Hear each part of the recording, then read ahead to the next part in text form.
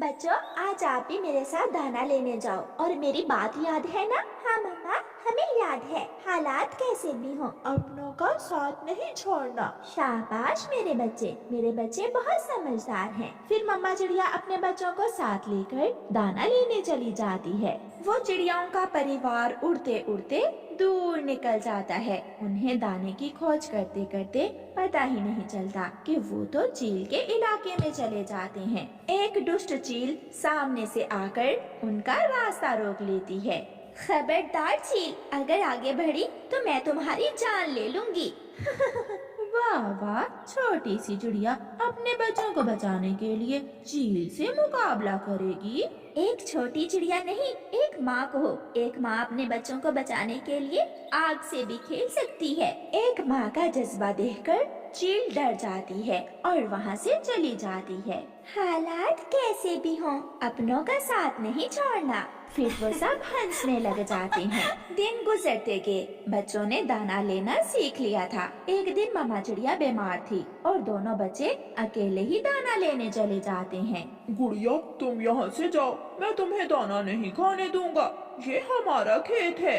जग्गू, क्या मैं दाना खा सकता हूँ? हाँ, तुम मेरे दोस्त हो, तुम मेरे खेत से दाना खा सकते हो। कुकू एक नजर अपनी बहन की तरफ देखता है और दाना खाने लगता है। तो गुड़िया कहती है, कुकू भैया, भूल के हालात कैसे भी हों, अपनों का साथ नहीं छोड़ना। ये सुनते ही कुकू अपनी बहन के साथ वहाँ से उड़ जाता है। बहुत प्यार है बहन भाई में। अगर बहन ने दाना नहीं खाया तो भाई भी भूखा ही चला गया। आखिर उन्हें एक किसान के खेत से मकई का एक एक भुट्टा मिल जाता है। वो दोनों दाना खाते हैं। गुड़िया बहन, मैं ये एक मकई का भुट्टा मम्मा के लिए रख लेता हूँ। फिर वो अपनी मम्मा के लिए भी भोजन लेकर वहाँ से उड़ते हैं। अभी वो आधे रास्ते में ही थे कि तेज बारिश शुरू हो जाती है। दोनों बहन भाई बारिश से बचने के लिए एक पेड़ की डाल पर बैठ जाते हैं। नीचे नदी थी और बारिश की वजह से नदी का पानी चढ़ा हुआ था। तेज हवा से डाल टूट जाती है।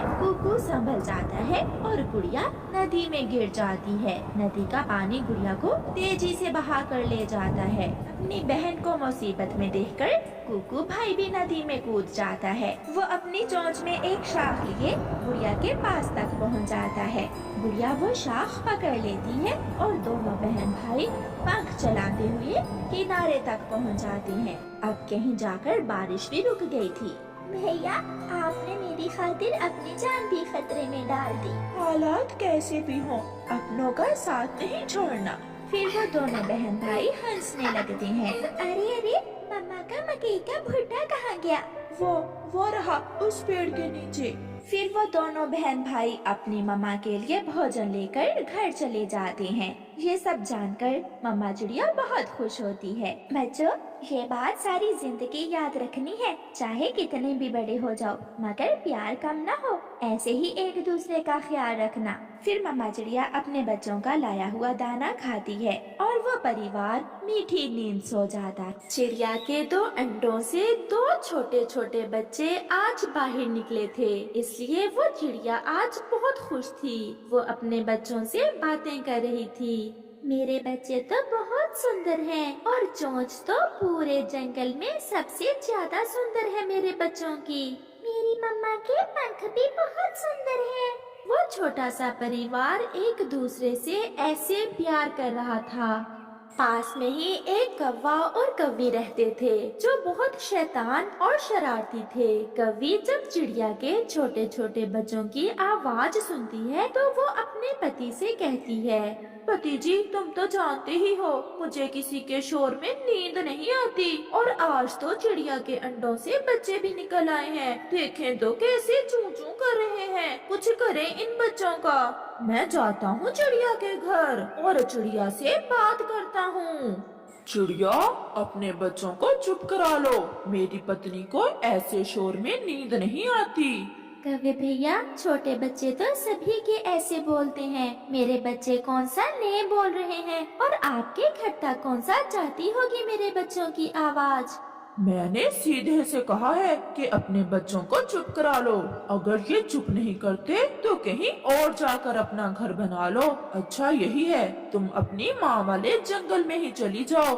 मैं क्यों चली जाऊं? अगर जाना है तो तुम खुद चले जाओ, मैं तो यही रहूंगी अपने घर में। कौवा तो गुस्से से लाल पीला होकर वहाँ से चला जाता है।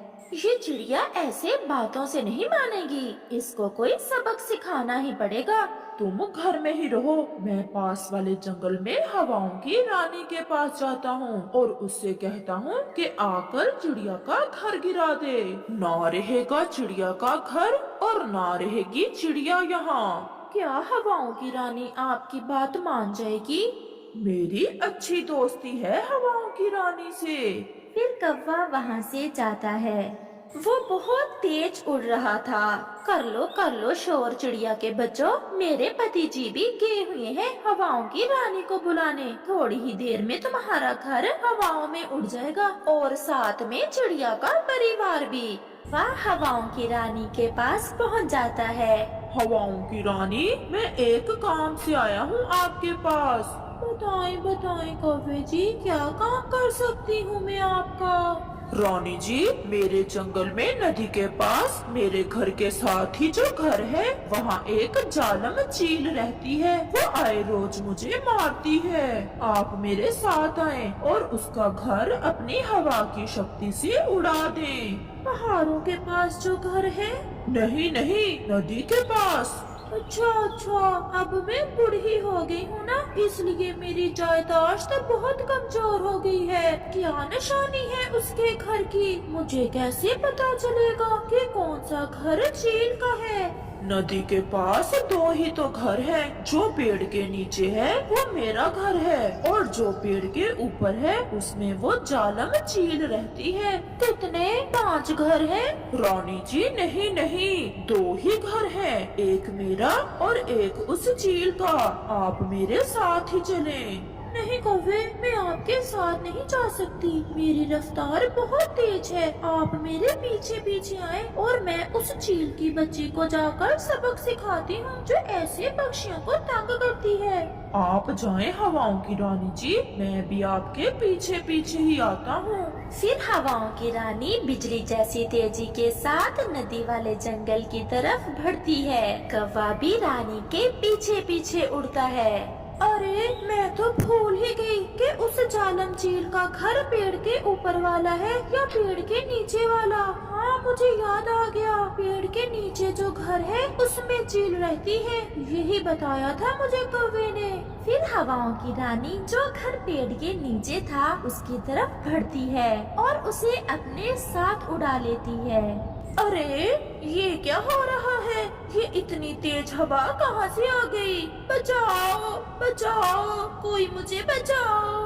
कौवे को देखकर हवाओं की रानी घर को नीचे गिराकर तोड़ देती है। गोरी कौवी भी नीचे जोर से गिरती है। अभी तुम यही पहुँचे हो और मैं उस जालम चील का घर तोड़ भी आई। कालू, मैं यहाँ हूँ। हवाओं की रानी जी ने हमारा घर ही तोड़ दिया है। हवाओं की रानी, ये क्या कर दिया आपने? आपने तो मेरा घर ही तोड़ दिया है। क्या जो घर पेड़ के नीचे था वो नहीं था चील का? नहीं, वो घर तो हमारा था। मुझे माफ कर दो कौवे, मैं भूल गई थी। अब तो मेरी शक्ति भी खत्म हो गई है। अब मुझे जाना होगा। ऐसा कहते हुए रानी तो अपने जंगल वापस लौट जाती है। कौवा और कौवी अपने टूटे हुए घर पर बैठकर रो रहे थे। रानी ने हमारा घर ही तोड़ दिया। क्या कालू जी, आपने बताया नहीं था जो घर पेड़ के ऊपर है वो है उस चिड़िया का? सब बताया था, परंतु हवाओं की रानी अब बूढ़ी हो गई है। वो भूल गई होगी। चलो अब जाकर घर भी बनाना पड़ेगा। फिर वो अपने लिए लकड़ियों का नया घर बनाते हैं। कालू जी, मैं तो थक गई हूँ और सुनो तो, चिड़िया के बच्चे कैसे चूं चूं कर रहे हैं। मम्मा मुझे दाना दे। पहले मुझे पहले दाना दे। पहले दाना मैं खाऊंगा। शांत हो जाओ मेरे बच्चों, मैं अपने दोनों बच्चों को दाना खिलाती हूँ। ये कालू तो कैसे खराटे लेकर सो रहा है और मुझे तो नींद ही नहीं आ रही। इन चिड़िया के बच्चों की चूं चूं न जाने कब बंद होगी। दूसरे रोज गोरी कौवी कालू से कहती है, कालू, आज मैं जाती हूँ अपने बादल दोस्त के पास और उससे जाकर कहती हूँ कि चिड़िया के घर पर इतनी बरसात करे कि चिड़िया का घर टूट जाए। हाँ गोरी, तुम जाओ, वो काली बदली तुम्हारी बात जरूर मान लेगी। वो भी तुम्हारी तरह शैतानी काम बड़े शौक से करती है। बाय बाय, मैं जल्द लौटूंगी। जाते जाते वो चिड़िया के घर रुकती है और खिड़की में से चिड़िया से कहती है, आज पूरी रात में सो नहीं पाई तुम्हारे बच्चों की चूं चूं से। शाम तक देखना मैं तुम्हें कैसा सबक सिखाती हूँ। जाओ जाओ अपना काम करो, अब मैं नहीं डरती तुम दोनों से। जो करना है कर लो, मैं तो अपने बच्चों के साथ यही रहूंगी। अगर तुम्हें नींद नहीं आती तो कहीं और चली जाओ। गोरी गुस्से में उड़ती है। वो सागर पर जाती है। बादल जी, मुझे काली बदली से मिलना है। जो तुम्हारे जैसी काली है? हाँ हाँ, उसी से। वो मेरी सहेली है। वो सामने थोड़ा आगे रहती है काली बदली। गोरी थोड़ा आगे जाती है। काली बदली जी, कैसी हैं आप? मैं तो ठीक हूँ। मेरी सहेली, तुम कैसी हो? मैं तो ठीक नहीं हूँ। मेरे पड़ोस में एक चिड़िया रहती है, बड़े पेड़ पर है घर उसका। उसके 2 छोटे बच्चे सारी रात चूं चूं करते हैं, सोने नहीं देते मुझे सारी रात। तो फिर मुझे क्या करना होगा? बताओ बताओ मेरी सहेली, मैं अपनी सहेली का हर काम करूँगी। आप आए और उसके घर के ऊपर ऐसी बरसात करें कि उसका घर ही टूट जाए, फिर वो वहाँ से कहीं और चली जाएगी। जरूर जरूर, परंतु आप अभी जाएं। मेरे पति जी पहाड़ों पर गए हुए हैं, वो आते हैं तो मैं उन्हें साथ लेकर आती हूँ। मैं रात को आऊंगी। सहेली, बड़े पेड़ पर है उसका घर, और जो घर पेड़ के नीचे है वो हमारा है। कहीं आप हमारे घर को ही ना तोड़ देना। आप चिंता ना करें और जाएं। मैं बड़े पेड़ पर जो घर है उसे ही तोड़ूंगी। ऐसी बरसात करूंगी कि डूब जाएगी वो चिड़िया। कौवी चली जाती है। गोरी, कब आएगी तुम्हारी सहेली? मेरी सहेली काली बदली रात को आएगी अपने पति के साथ और ऐसी बरसात करेगी कि चिड़िया डूब कर मरेगी या भाग जाएगी यहाँ से। ऐसे ही रात भी हो जाती है। मेरी मम्मा सबसे प्यारी, मोटी मोटी आँखों वाली मेरी मम्मा सबसे प्यारी। बच्चे मेरे कितने सुंदर, जान है मेरी इनके अंदर। चिड़िया और उसके बच्चे ऐसे खेल रहे थे।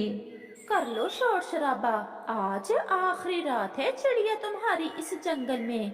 आधी रात हो जाती है। कौवा और कौवी भी सो जाते हैं। आधी रात को काली बदली भी अपने पति को साथ लेकर पहुंच जाती है। वो काली बदली जोर से गरजती है और चिड़िया के घर के ऊपर जाकर बरसात शुरू करती है। परंतु चिड़िया का घर तो सुरक्षित था। चिड़िया के घर में कहीं से भी पानी नहीं आता। हमारी सहेली की लक्ष्मी का घर पेड़ के ऊपर है, मुझे भी बरसना होगा, फिर ही पानी पेड़ तक पहुँचेगा। ऐसे काली बदली का पति भी बरसात शुरू करता है। मिनटों में हर तरफ पानी ही पानी हो जाता है। कौवा और कौवी का घर तो पेड़ के नीचे था, उस कारण उनके घर में पानी जमा हो जाता है और उनका घर पानी पर तैरने लगता है। कालू उठो, कालू उठो, मेरी सहेली तो आ गई। वो बरस भी रही है, परंतु घर फिर से हमारा ही टूट गया। ये तो हमने सोचा ही नहीं कि पहले हमारा घर पानी में बहेगा, फिर ही चिड़िया का घर टूटेगा। फिर बादल और बदली का पानी भी खत्म हो जाता है और वो वापस चले जाते हैं। चिड़िया अपने घर में सुरक्षित सो रही थी। कौवा और कौवी पानी में तैर रहे थे। फिर उन्हें पता चलता है, जो किसी का बुरा सोचता है अंत में उसका अपना ही बुरा होता है। दूर किसी जंगल में सब पक्षी बहुत खुशी का जीवन बिता रहे थे। चिड़िया, कबूतर, तोता और कौवा एक पेड़ पर बैठे हुए थे कि चिड़िया सब पक्षियों से कहती है, दोस्तों, आज सुबह बुलबुल दीदी आई थी मेरे पास और वो बता कर गई है कि आज शाम हम सब पक्षियों की उसके घर आमंत्रण है। आमंत्रण? फिर तो बहुत मजा आने वाला है। चिड़िया, क्या बना रही है बुलबुल आज हमारे लिए? पहले कालू जी पूरी बात तो सुन लो, तुम्हारे तो मुंह में अभी से पानी आने लगा है। बुलबुल दीदी बता कर गई है कि वो हमारे लिए बहुत स्वादिष्ट खिचड़ी बना रही है, जिसमें वो मीठे मीठे और रसीले फल भी डालेगी। अब तो जल्दी से शाम हो जाए, मुझसे तो और इंतजार नहीं हो रहा। फिर ऐसे वो सब अपने अपने घरों को चले जाते हैं।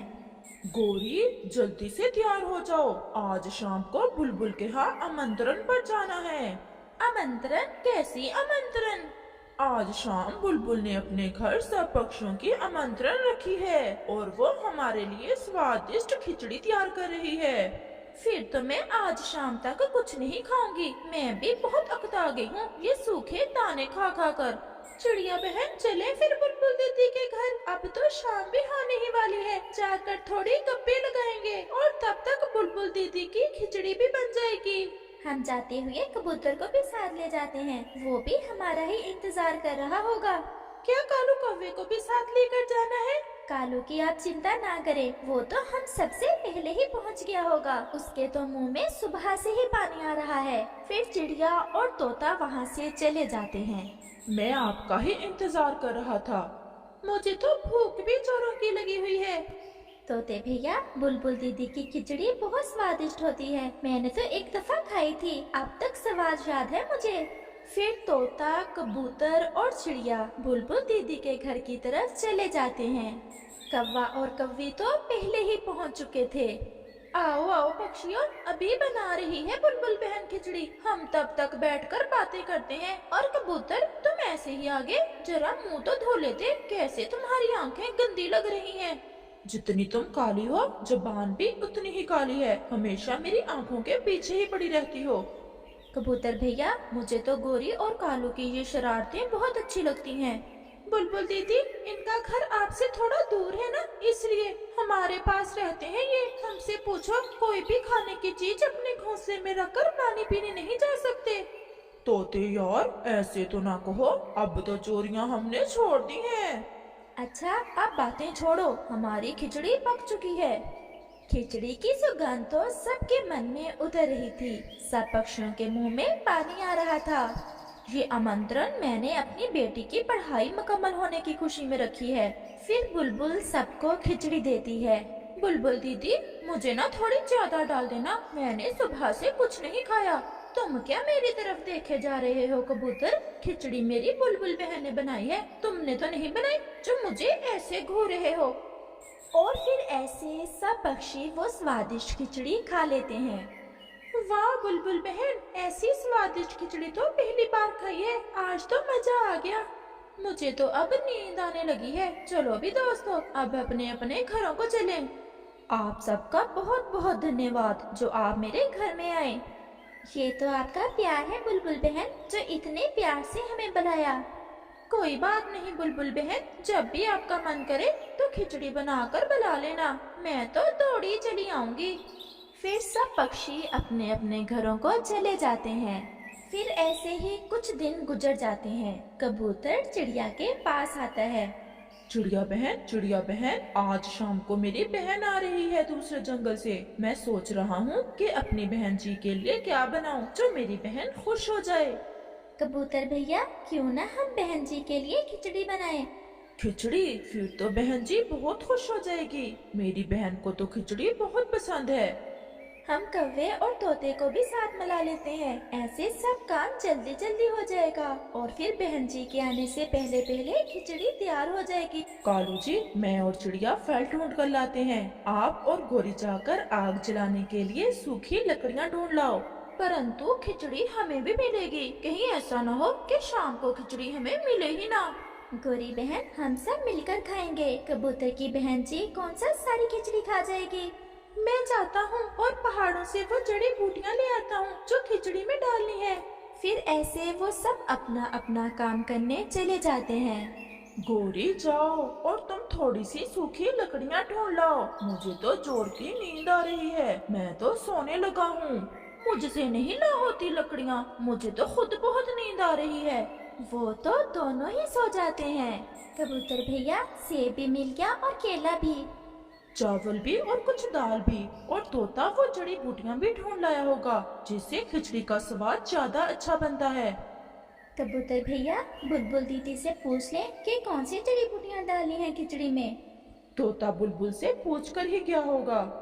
फिर चिड़िया और कबूतर सारा सामान लेकर वापस आते हैं, परंतु कौवा और कौवी तो सो रहे थे। वो तो लकड़ियाँ लाए ही नहीं थे।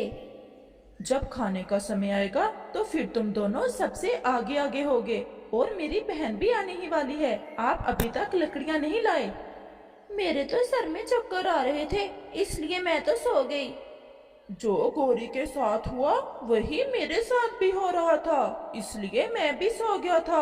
अब चिड़िया आप लकड़ियाँ ले आए।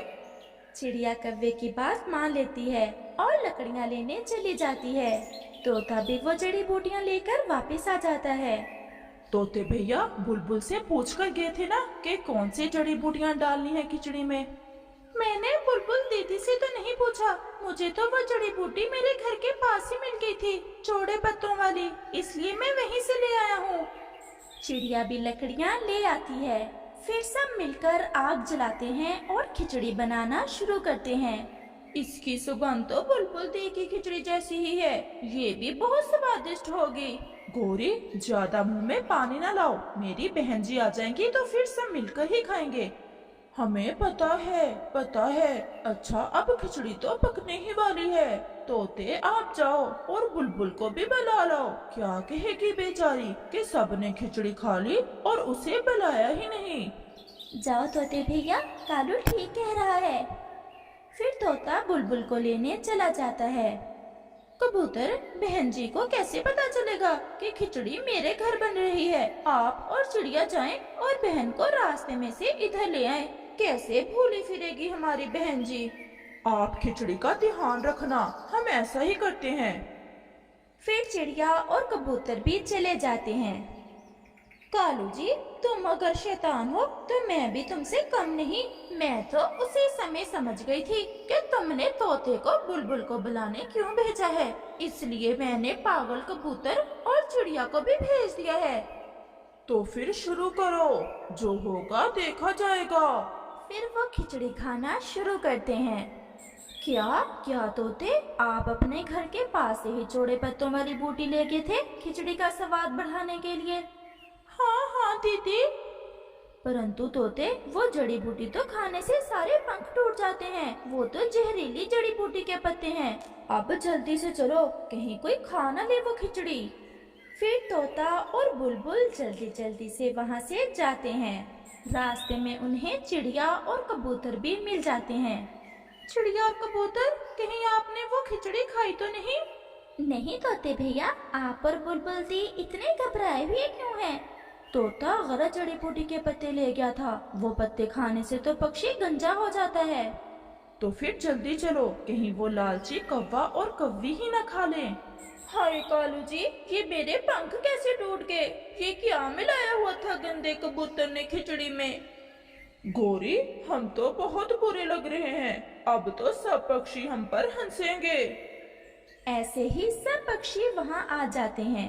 इससे पहले कि वो गुस्सा करते, वो तो गोरी और कालू को गंजा हुए देख हंसते ही जा रहे थे। अच्छा ही हुआ गौरी और कालू जो तुमने ये खिचड़ी चट कर दी और इतने सुंदर बन गए। परंतु आज तो गोरी कबूतर से नजरें नहीं मिला पा रही थी और सब पक्षी उन पर हंस रहे